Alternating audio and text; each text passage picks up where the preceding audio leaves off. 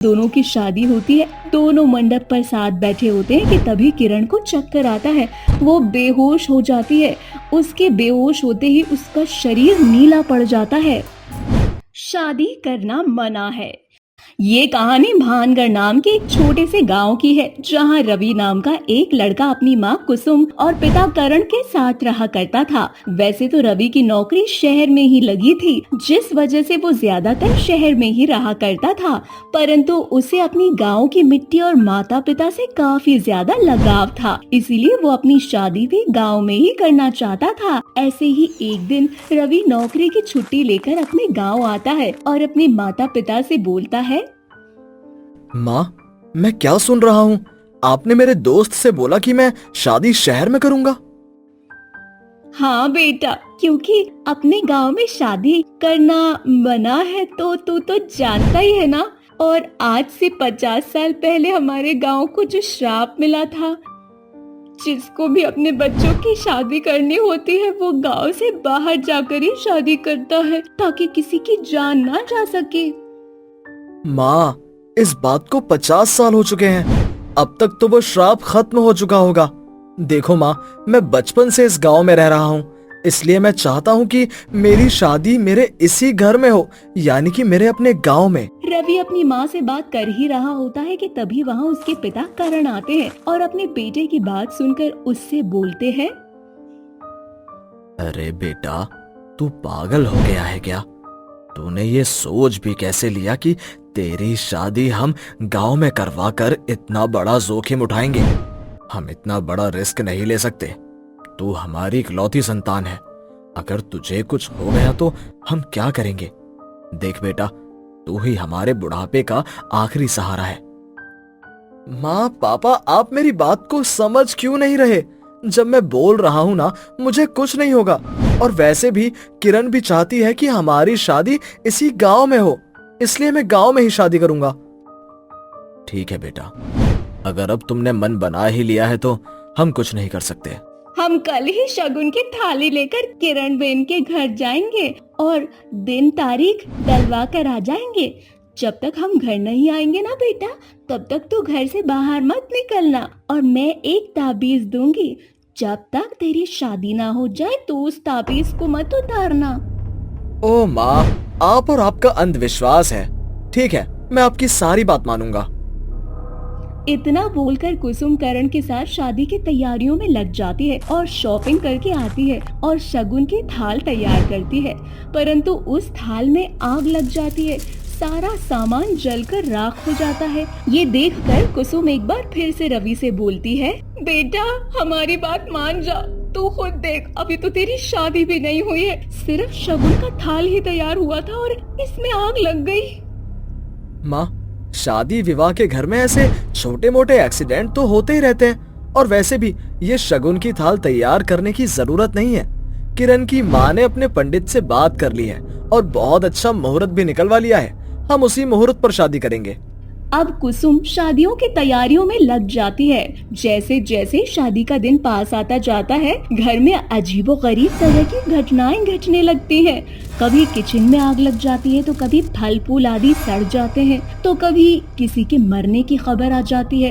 ऐसे ही एक रात किरण अपने घर में सो रही होती है, तभी उसे एक सपना आता है जिसमें एक भयानक चुड़ैल उससे बोल रही होती है, इस गांव में शादी करना मना है, पर फिर भी तो उसी गांव में शादी कर रही है। अब शादी वाले दिन ही मैं तेरे साथ तेरे पति को भी मार डालूंगी।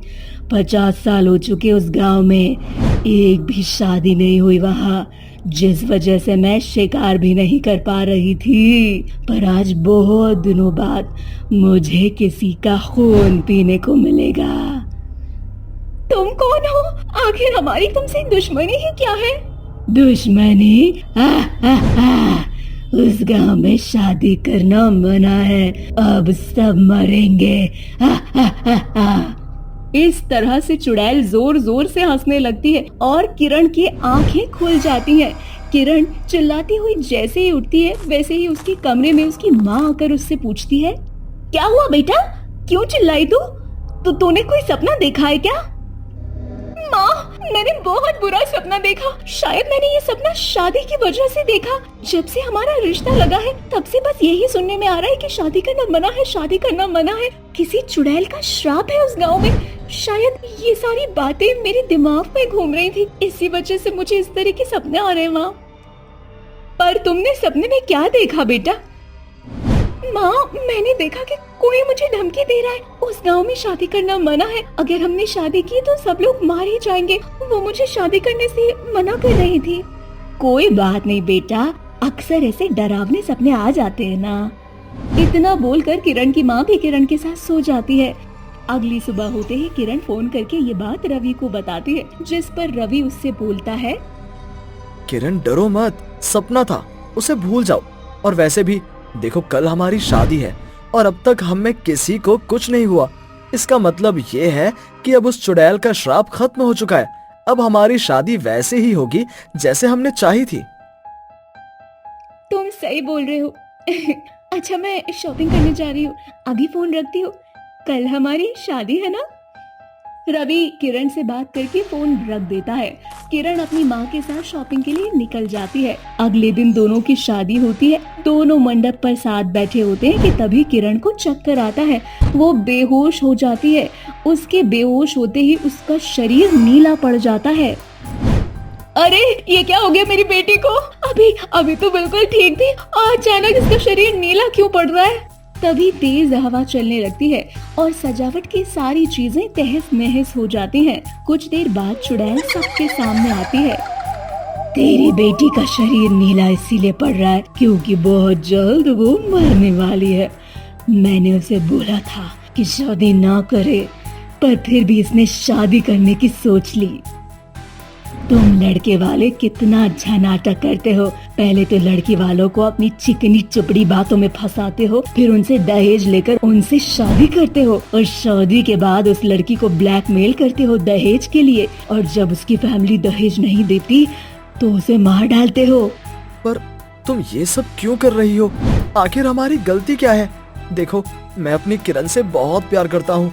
अगर ये नहीं बची तो मैं भी मर जाऊंगा। मैं किरण से बहुत प्यार करता हूँ। और रही बात किरण की, तो मैंने किरण और उसके घर वालों से 1 रुपया नहीं लिए। मुझे नहीं पता तुम ये सब क्यों कर रही हो, पर मेरी किरण को छोड़ दो।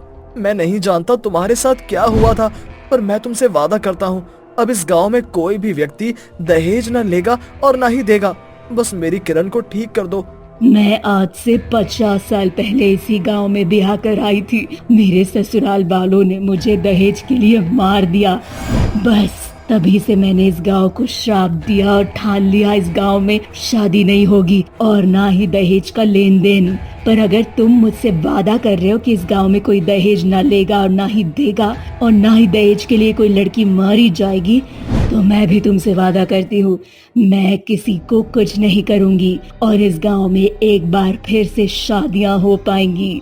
चुड़ैल की बात सुनकर वहाँ खड़े सभी गांव वाले चुड़ैल से वादा करते हैं कि ना तो दहेज लेंगे और ना ही दहेज देंगे। साथ ही अब इस गांव में दहेज की वजह से कोई भी लड़की नहीं मारी जाएगी। ये वादा लेकर चुड़ैल वहाँ से हमेशा हमेशा के लिए चली जाती है।